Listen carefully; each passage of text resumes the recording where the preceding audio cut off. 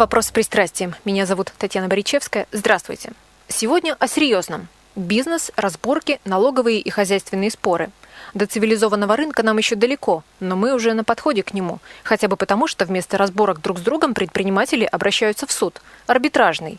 О его роли в жизни бизнесменов и простых граждан председатель арбитражного суда Коми Сергей Войнов.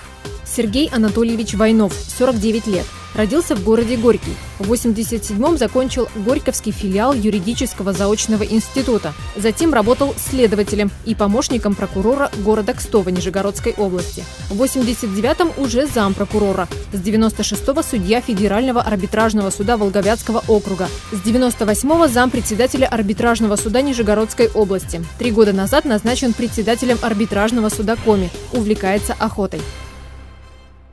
Сергей Анатольевич, вы первый судья, вообще, тем более такого ранга, который в этой студии находится. Чем? А что, председателя Верховного суда здесь не было? Нет. Нет.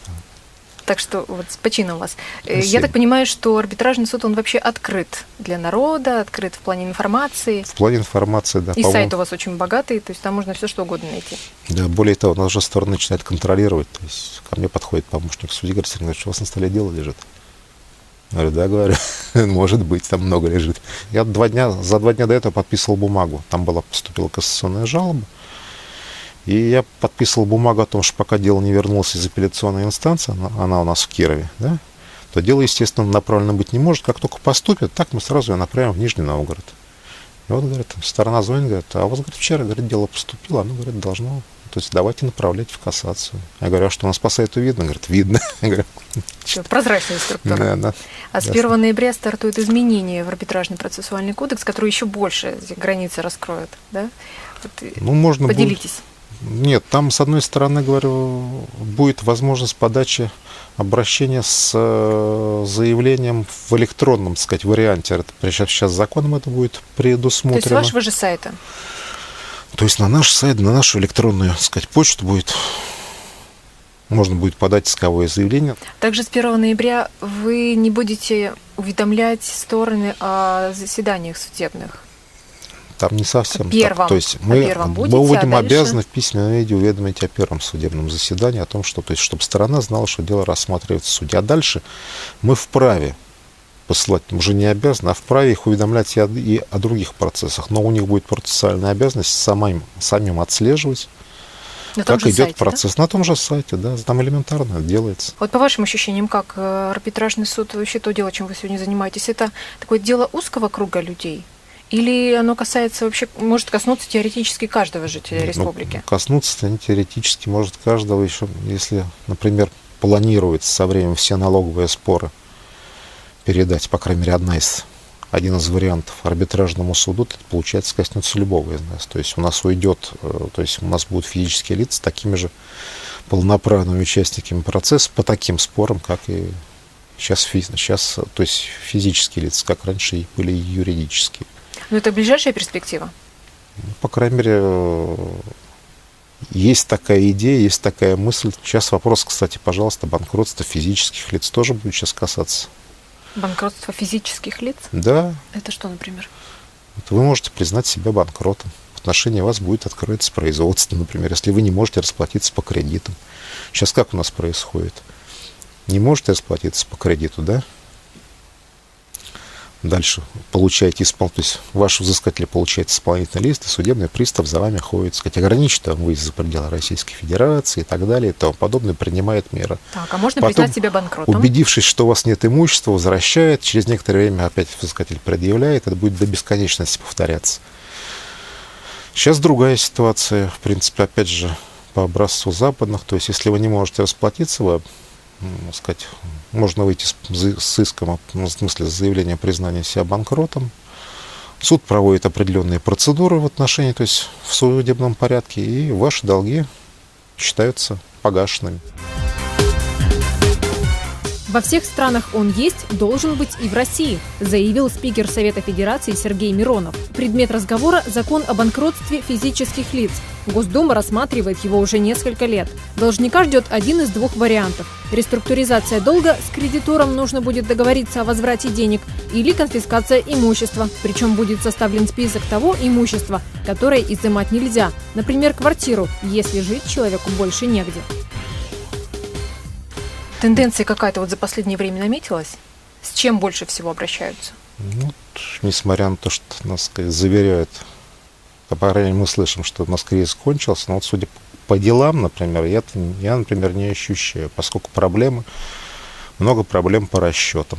Денег нет, нечем платить. Ну да, думаю, что, скорее всего, нечем. По банкротству тоже проблема. Хоть дело количество выросло незначительно, но, тем не менее, крупные предприятия в процедуру попадают, которые незначительно можно градусом. Это, можете, какие-то, может, проценты или цифры привести? 292 в производстве дела, то есть сейчас? Относительно, да, на настоящий момент. В прошлом году было 270, то есть, незначительный рост есть небольшой. В общем, по-вашему, кризис не закончился? Все еще по крайней мере, предприятия в таком состоянии? По крайней мере, не видно особо, по крайней мере, какого-то прогресса большого в том плане, что снижается количество споров, именно экономических споров, не видно. Ведь вы рассматриваете дела, где идет речь о многомиллионных.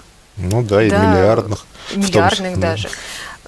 Давление есть со стороны? Давление? Да нет, как правило, нет. То есть я, честно говоря, не помню, чтобы давили там. Там бывали просьбы разобраться по делам, они в последнее время аккуратно вешаются на сайт. Там есть обращение по судебным делам. Если кто-то из сторон там нужно, обращается с какой-то просьбой не процессуальной, скажем так, не из сторон, а из потусторонних, то есть из неучастников дела. Мы это аккуратно вывешиваем на сайт. Сейчас желающих обращаться с такими вопросами, как оказать содействие и так далее, сейчас стало меньше. То есть вы обнародуете фамилии? Там прямо открытие, там на сайте есть обращение. Так доска позора получается? Ну, почему? Просто чтобы понять, чтобы стороны знали, по крайней мере, что там еще есть, кроме их любимых. Кому это еще интересно, скажем так. Значит, вы утверждаете, что давление, например, со стороны истца или со стороны ответчика на вас не оказывается? Ну, почему? Как понять? Чтобы решение удовлетворяло смотреть, что считает давлением. Например, один из способов давления это, например, написание жалоб на судью. То есть меня не устраивает, как он ведет процесс, я начинаю на него писать. Вот я это расцениваю как давление. Причем я начинаю писать, лишить его полномочий, что он такой-сякой. Судья еще решение-то по делу не принял, а тем не менее уже начинает. Вот это один из способов оказания давления. Другой способ оказания давления, наверное, тоже, опять же, чисто психологически, какие-нибудь пикеты и манифестации, тоже способ оказания давления. Ну, я не думаю, что представители бизнеса будут какие-нибудь пикеты устраивать. Ну, нет, конечно. Но теоретически всегда можно предположить, раньше эпизоды бывали, когда работники, например, предприятий, которые находятся в стадии банкротства, это делали. Если речь идет о банкротстве, то вы утверждаете конкурсного управляющего. Арбитражный суд утверждает. Мы его, назначаем. Но при этом, чтобы всем было понятно, у нас есть закон, в соответствии с которым мы обязаны, то есть это не наше право, это не мы выбираем, Иванов, Петров или Сидоров, грубо говоря. А кто? Нам представляет саморегулированная организация кандидатуру, и мы обязаны назначить того человека, кто впереди по списку. Все. То есть это уже чисто автоматом идти. Смысл суда в чем тогда? Просто утвердить, печать поставить? Ну, в нашем законодательстве получается в этой части именно так. Даже если он некомпетентен и не соответствует каким-то показателям? Дело в том, что подразумевается вроде, что этот вопрос должна решать саморегулируемая организация, которая должна выбрать, в общем-то, по логике вещей лучшего и, надо сказать, предложить его. И поэтому суд в этот вопрос не ходит. Многие до сих пор не представляют себе, в чем заключается суть работы конкурсного управляющего. В глазах одних это госслужащий, участвующий в банкротных процедурах. Другие уверены, что это человек, который пришел на предприятие с целью растащить последнее и тем самым окончательно погубить его. В целом оба эти утверждения неверны, но в них есть и доля правды. Это уж кому как повезет. Сергей Анатольевич, вы председатель арбитражного суда. До вас какие дела доходят? Особо значимые, особенно важные? До меня доходит то, что до меня доходит, меня доводит компьютер. У нас компьютерное распределение дел. То есть мне канцелярия приходит, дела, канцелярия забивает категорию дел, потом компьютер выдает фамилию судьи. Поэтому это очень удобно сейчас. Компьютер сам выбирает? Да.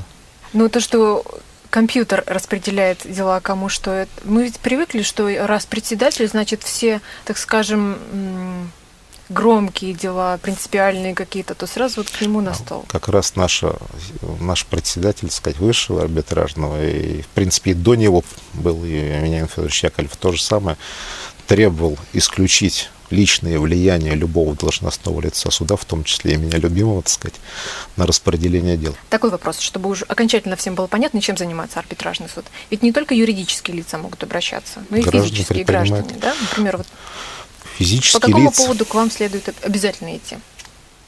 Обязательно. Ну, спор с работодателем, например. Если это трудовой, нет. Другое дело, что если это спор корпоративный, то есть я являюсь участником, например, предположим, какого-то хозяйственного товарищества, то есть хозяйственного общества. Ну, понятно. Суд для бизнес-элиты, так скажем. Ну, не всегда бизнес-элиты, вы знаете. В принципе, да, конечно, если это крупные хозяйственные товарищества, общества, да, там, наверное, там основные держатели пакетов акций и так далее, далее. Сергей Анатольевич, вы ведь работали и в прокуратуре, были заместителем прокурора. Был. Да. 10 лет еще был. Работал в прокуратуре. Очень люблю эту организацию. Очень любите? За что же? Ну, хорошая организация, на самом деле. То есть нормальная, полезная, скажем так. То есть и вообще много дают для... У нас, кстати, очень много судей, это бывшие работники прокуратуры. А почему оттуда уходят тогда, если она такая полезная и хорошая? Почему уходят? Ну, я могу сказать, например, что, на мой взгляд, это, во-первых, судья, так сказать, вершина профессиональной карьеры юриста вообще по логике. Во всех цивилизованных странах мира именно так и происходит, что вершина этой карьеры – это судья. Сергей Анатольевич, спасибо вам большое за подробное объяснение того, что происходит вот в вашей юрисдикции. Насколько смог.